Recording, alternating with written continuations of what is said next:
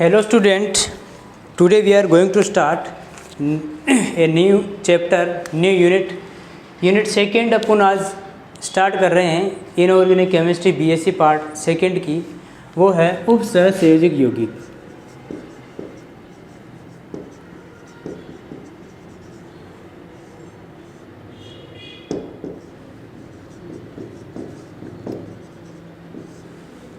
Coordination compound.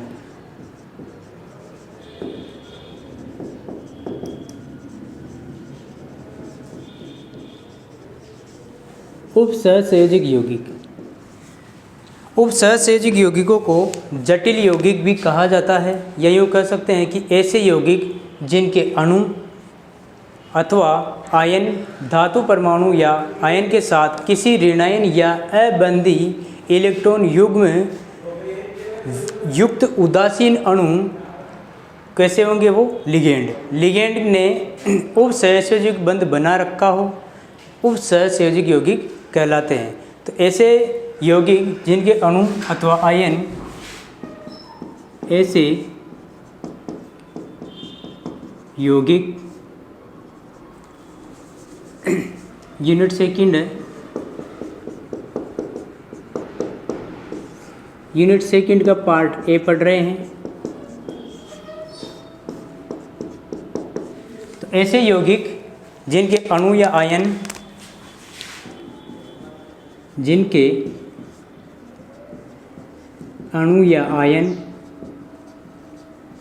यानी कि अणु में आयन हो सकते हैं, अणु या आयन के धातु परमाणु यानी कि के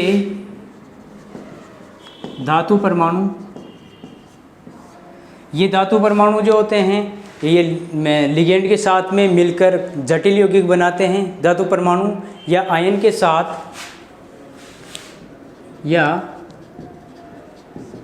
साथ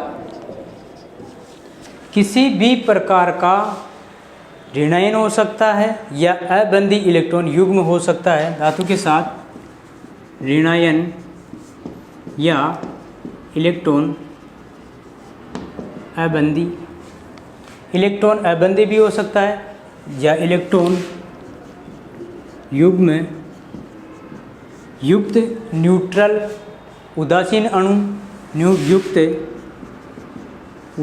अणु अब उदासीन अणु में कौन हो सकते हैं, लिगेंड। उदासीन अणु लिगेंड ने उपसहसंयोजक बंध बना रखा हो,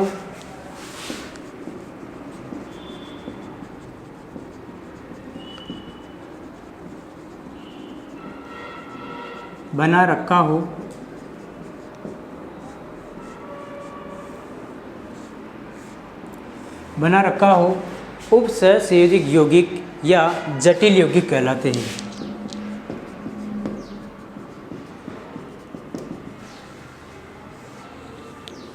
यौगिक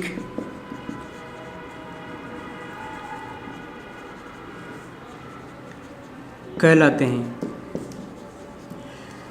कहने का मतलब क्या हुआ कि ऐसे यौगिक जिनके अणु या आयन के धातु परमाणु या आयन के साथ, ऐसे यौगिक जिनके अणु या आयन धातु परमाणु या आयन के साथ ऋणायन या इलेक्ट्रॉन अबंधी इलेक्ट्रॉन युग्म या अबंधी इलेक्ट्रॉन युग्म युक्त उदासीन मॉलिक्यूल जैसे लिगेंड ने उपसहसंयोजक बंध बना रखा हो। बंध कैसा होना चाहिए, कोऑर्डिनेट बंध होना चाहिए। जैसे कोई मेटल है और ये लिगेंड है, तो ये तो धातु है, ये लिगेंड है, या आयन के साथ ऋणायन या अबंधी इलेक्ट्रॉन युग्म लोन पेयर भी हो सकते हैं। इलेक्ट्रॉन युग्म उदासीन अणु लिगेंड,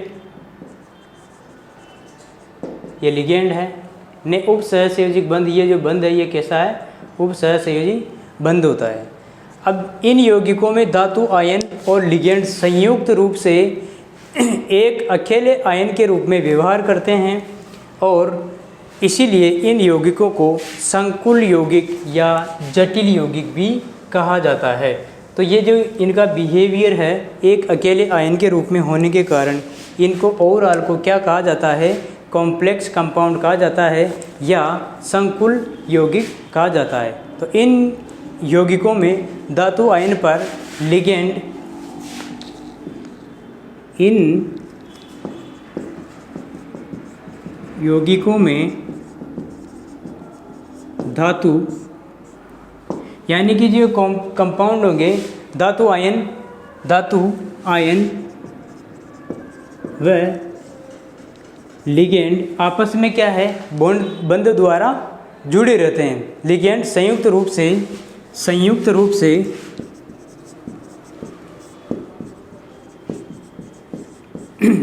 मतलब संयुक्त रूप का मतलब ऐसा दोनों आपस में मिलकर मतलब कि संयुक्त रूप से व्यवहार करते हैं, या फिर यूँ कह सकते हैं संयुक्त रूप से मिलकर बने होते हैं। संयुक्त रूप से व्यवहार करते हैं। इन यौगिकों में धातु आयन व लिगेंड संयुक्त रूप से व्यवहार करते हैं एकल आयन के रूप में। एकल आयन ये सिंगल अकेले आयन या एकल अकेले आयन के रूप में व्यवहार करते हैं, इसीलिए इन यौगिकों को संकुल यौगिक कहा जाता है। इसलिए इन यौगिकों को क्या कहा जाता है? संकुल यौगिक कहा जाता है।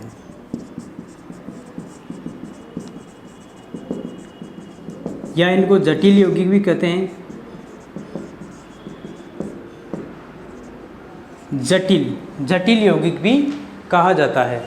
अब इन यौगिकों का जीव जगत में क्या है? बहुत सारे इम्पोर्टेंस होते हैं, जैसे वनस्पति जगत है, जंतु जगत है, इन दोनों में ही अत्यंत इनका महत्व होता है। जैसे क्लोरोफिल है, हीमोग्लोबिन है, जैसे क्लोरोफिल है, जीव जगत इनका जीव एवं प्राणी जगत या वनस्पति जगत दोनों में महत्व होता है। जैसे हीमोग्लोबिन और क्लोरोफिल। मनुष्य में हीमोग्लोबिन ब्लड के अंदर प्रेजेंट रहता है, और क्लोरोफिल क्या है? पत्तियों में प्रेजेंट रहता है, प्रकाश संश्लेषण के लिए आवश्यक होता है। क्लोरोफिल में Mg रहता है और इसमें आयरन रहता है Fe। तो ये जो कॉम्प्लेक्स बनेगा ये जटिल यौगिक है, और जटिल यौगिकों में जैसे वनस्पति जगत है या फिर वो जंतु जगत है, दोनों में ही संकुल यौगिकों का क्या किया जाता है? महत्वपूर्ण इम्पोर्टेंट होता है।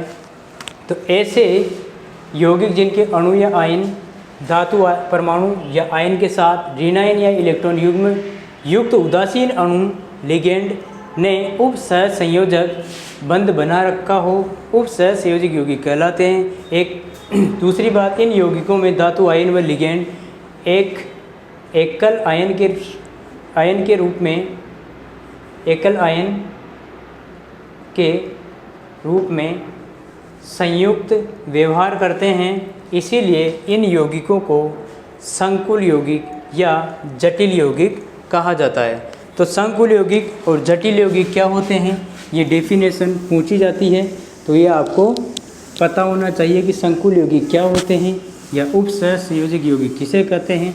उप सहसंयोजक यौगिकों का कहाँ कहाँ महत्वपूर्ण होता है? तो क्लोरोफिल में होता है, हीमोग्लोबिन में भी इनका क्या होता है? महत्व होता है। योगात्मक यौगिक या आणविक यौगिक क्या होते हैं? जैसे एडिशन कंपाउंड है। योगात्मक यौगिक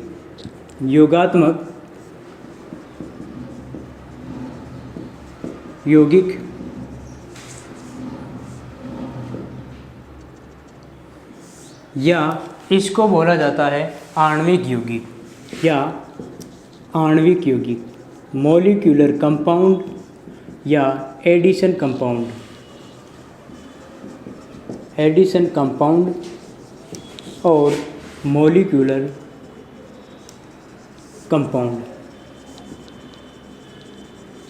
होते क्या है ये कि जैसे मान लो कोई भी यौगिक है या एडिशन कंपाउंड है, वो किस तरीके से बना होगा कि जब दो या दो से अधिक सरल स्थायी यौगिकों को आणविक अनुपात में मिश्रित किया जाता है, तो मिश्रित करने के बाद उनको वाष्पित किया जाए तो नए स्टाइक्योमेट्रिक यौगिक के क्रिस्टल प्राप्त होते हैं और प्राप्त इन क्रिस्टलों को क्या कहा जाता है?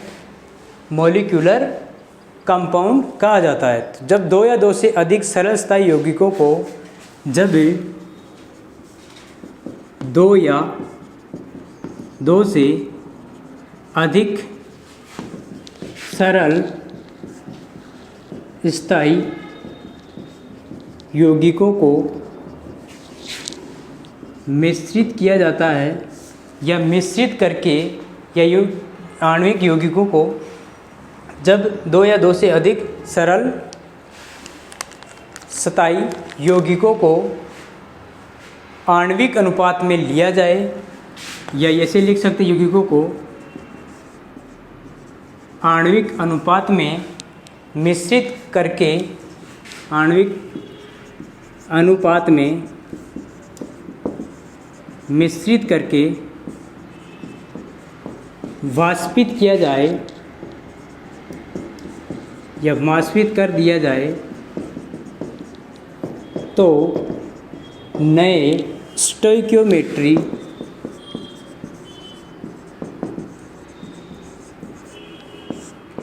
तो क्या होता है? नए स्टाइक्योमेट्रिक यौगिक के क्रिस्टल प्राप्त होते हैं और प्राप्त क्रिस्टलों को क्या कहा जाता है? मॉलिक्यूलर या आणविक या योगात्मक यौगिक। स्टाइक्योमेट्रिक यौगिक के क्रिस्टल प्राप्त होते हैं। यौगिक के क्रिस्टल प्राप्त होते हैं जिन्हें आणविक यौगिक कहा जाता है। तो आणविक यौगिक क्या होते हैं कि जब दो या दो से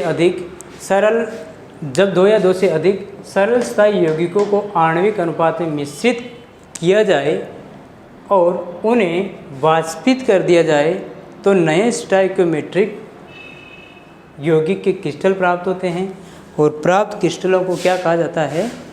मॉलिक्यूलर या एडिशन कंपाउंड कहा जाता है। जैसे एक एग्जांपल लेते हैं KCl plus MgCl2 plus 6H2। दो या दो से अधिक सरल स्थायी आणविक यौगिकों को आणविक अनुपात में मिश्रित कर वाष्पित कर दिया जाए तो प्राप्त यौगिक क्या कहलाते हैं? एडिशन कंपाउंड कहलाते हैं। जैसे KCl MgCl2.6H2 ये है कार्नेलाइट जो क्या है? एक मॉलिक्यूलर कंपाउंड होता है। यानी कि जैसे और भी हो सकते हैं, जैसे फिटकरी है, फिटकरी को भी क्या है? K2SO4 प्लस L2SO4 का उल्थराइज डॉट प्लस 24H2O। ये पोटास एलम है या पोटेशियम एलम या फिटकरी है। ये इसको दो या दो से अधिक सरल स्थायी यौगिकों के आणविक मिश्रण में लेकर वाष्पित करने पर प्राप्त यौगिक क्या कहलाएगा? एडिशन कंपाउंड कहलाएगा। K2SO4 Al2SO4 का होल थ्राइस डॉट 24H2 ये है फिटकरी। क्या है ये? फिटकरी। ये भी क्या है? मॉलिक्यूलर कंपाउंड होता है। और दूसरी बात क्या है? जैसे मोहर साल्ट है, और भी इसका एग्जांपल ले तो मोहर लवण है, मोहर साल्ट ये भी मॉलिक्यूलर ही है। और एक कॉम्प्लेक्स कंपाउंड की फॉर्म में ले लिया जाए जैसे 4KCN प्लस और ले लें इसके साथ में FeCN2 इसके साथ में ले लें तो क्या बनता है? K4FeCN6 ये कॉम्प्लेक्स बनता है K4FeCN6। तो ये भी क्या है? एडिशन कंपाउंड है, आणविक कंपाउंड है। अब ये जो मॉलिक्यूलर कंपाउंड है ये या यूँ कह सकते हैं कि एडिशन कंपाउंड है, वो कितने प्रकार के होते हैं? वो होते हैं 2 प्रकार के। अब 2 प्रकार के कौन कौन से हैं वो मैं बता रहा हूँ इधर। तो मॉलिक्यूलर कंपाउंड जो होते हैं उसमें 2 या 2 से अधिक यौगिकों को मिश्रित किया जाता है और मिश्रित करने के बाद में उसको क्या किया जाता है? वाष्पित किया जाता है। वाष्पित करने के बाद सरल स्थायी यौगिक जो होते हैं वो किसी न किसी एडिशन कंपाउंड में क्या हो जाते हैं, टूट जाते हैं, जिनके स्टोइकियोमेट्रिक जो कोफिशिएंट होते हैं वो भी क्या होते हैं, यौगिक के क्रिस्टल प्राप्त होते हैं, जिनको क्या कहा जाता है, एडिशन कंपाउंड कहा जाता है। तो जैसे मान लो कि एडिशन जो कंपाउंड है या योगात्मक यौगिक है,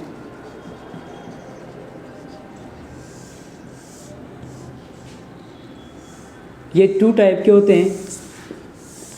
एक होते हैं डबल साल्ट और एक होते हैं कॉम्प्लेक्स कंपाउंड। तो पहले हैं इधर द्विक्लवक या द्विक लवण और इधर है संकुल यौगिक।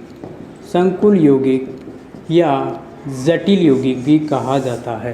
तो जो ये होते हैं ऐसे योगात्मक यौगिक, इन्हें लेटिस कंपाउंड भी बोला जाता है। यानी कि ऐसे योगात्मक यौगिक जो ठोस अवस्था में स्थायी हो, जो क्या हो, ठोस अवस्था में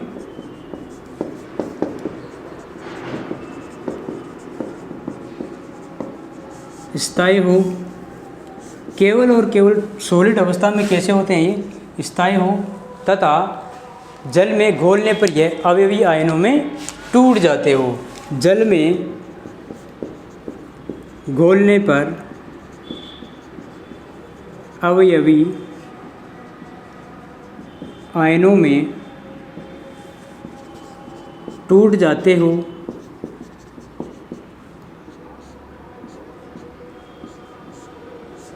जल में घोलने पर क्या हो जाते हो, या आयनों के अंदर टूट जाते हो या वियोजित हो जाते हो, द्विक्लवक कहलाते हैं। जैसे जो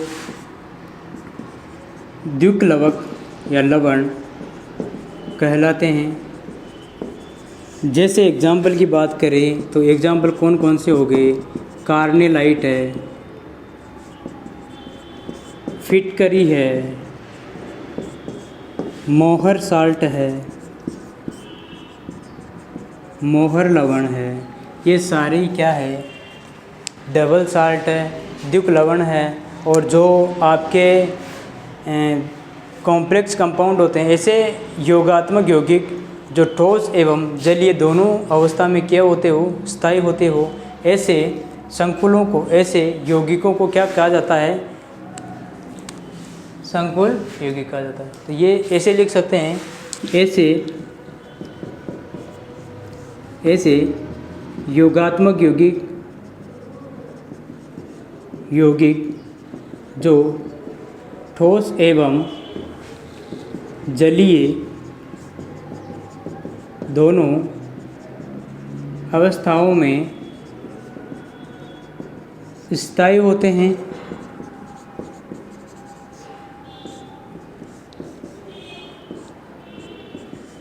ऐसे योगात्मक यौगिक जो ठोस एवं जलीय दोनों अवस्था में क्या होते हैं, स्थायी होते हैं, वे संकुल यौगिक कहलाते हैं। संकुल यौगिक कहलाते हैं। अब कॉम्प्लेक्स कंपाउंड किसे कहेंगे, इन यौगिकों को जल में घोलने पर ये अपने अवयवी यौगिकों के आयनों में पूर्ण रूप से वियोजित नहीं होते हैं। अर्थात इन यौगिकों को जल में घोलने पर यह पूर्ण रूप से आयनों में वियोजित नहीं होते हैं। एग्जाम्पल की यदि बात करें तो जैसे मान लो K4FeCN6 का एक कॉम्प्लेक्स है जिसको लेते हैं K4FeCN6। इसको मैं किस में डाल रहा हूँ, पानी के अंदर डाल रहा हूँ। पानी में डालने के बाद ये टूटता K4++ FeCN6 4- के अंदर, लेकिन आगे इसका डिसोसिएशन नहीं होता है। तो जल में घोलने पर ये पूर्ण रूप से आयनों में डिसोसिएट नहीं हो पाते हैं। ऐसे कॉम्प्लेक्स कंपाउंडों को क्या कहा जाता है, ये संकुल यौगिक कहा जाता है। जैसे एक को लेते हैं CuNH3 6 SO4। इसको मैं पानी में डालूँगा तो जैसे ही मैं इसमें को वाटर में डिज़ोल्व करूँगा पानी के अंदर, तो ये CuNH3 6 2 ++ SO4 2 माइनस, इससे ज़्यादा ये नहीं टूट सकता। तो ये कह सकते हैं कि कंप्लीट डिसोसिएशन इन यौगिकों में नहीं होता है।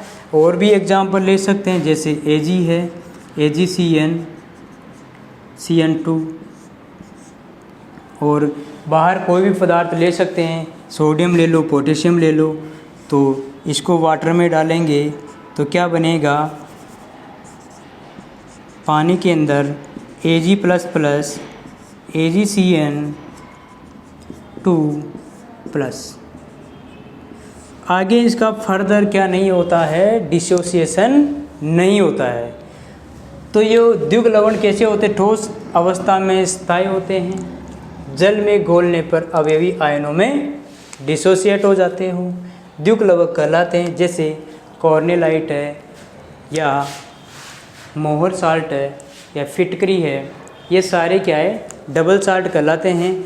जैसे पोटेशियम, जैसे मरकरी को भी तोड़ के बनाया था, 2 या 2 से अधिक सरल स्थायी यौगिकों को जब आणविक अनुपात में मिश्रित किया जाता है, तो मिश्रित करने के बाद में नए स्टाइकोमेट्रिक यौगिकों के क्रिस्टल प्राप्त होते हैं। प्राप्त क्रिस्टलों को क्या कहा जाता है, एडिशन कंपाउंड कहा जाता है। तो उसको इस डायरेक्शन में ले जा रहे थे तो कॉर्नेलाइट प्राप्त हो रहा था, उसको वापस रिवर्स डायरेक्शन में लाएंगे तो ये वापस किस में टूट जाएंगे, आयनों में टूट जाएंगे।